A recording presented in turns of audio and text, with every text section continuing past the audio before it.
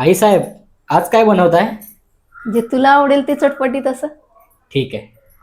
चला तर मुलांसाठी आता मस्त असं चटपटीत खायला बनवूया.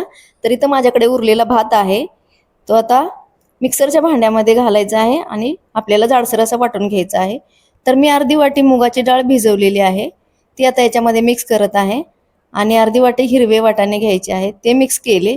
पाव चमचा जिरे, पाव चमचा मीठ घातलेलं आहे. आणि आता जाडसर असं आपल्याला हे न पाणी घालता मिश्रण छान वाटून घ्यायचं आहे.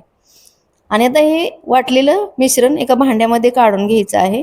आणि याच्यामध्ये आपल्याला आता तांदळाचं पीठ घालायचं आहे. तर इथं मी 3 चमचे तांदळाचं पीठ घातलेलं आहे आणि 1 चमचा चिली फ्लेक्स घातलेला आहे. मिरची मी घातली नाही, तर इथं चिली फ्लेक्स घातलं. आता थोडंसं पाणी घालून याला मिक्स करून घ्यायचं आहे. आणि नंतर आपल्याला याच्यामध्ये पाव चमचा असं ओरिगानो घालायचं आहे, खूप छान टेस्ट येते. आणि थोडीशी कट केलेली कोथिंबीर घातली. आता पुन्हा मिक्स करून घेतलेलं आहे. गॅसवरती कढई ठेवली गरम होण्यासाठी.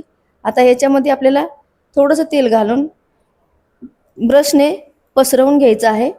आणि आता हे थोडेसे तीळ पांढरेवाले घातलेले आहेत याच्यामध्ये. हे वाटून घेतलेलं मिश्रण आपल्याला दोन चमचे याच्यामध्ये पसरवून घ्यायचं आहे आणि 2 मिनिटं झाकण देऊन मस्त उकडून घ्यायचं आहे आपल्याला हे.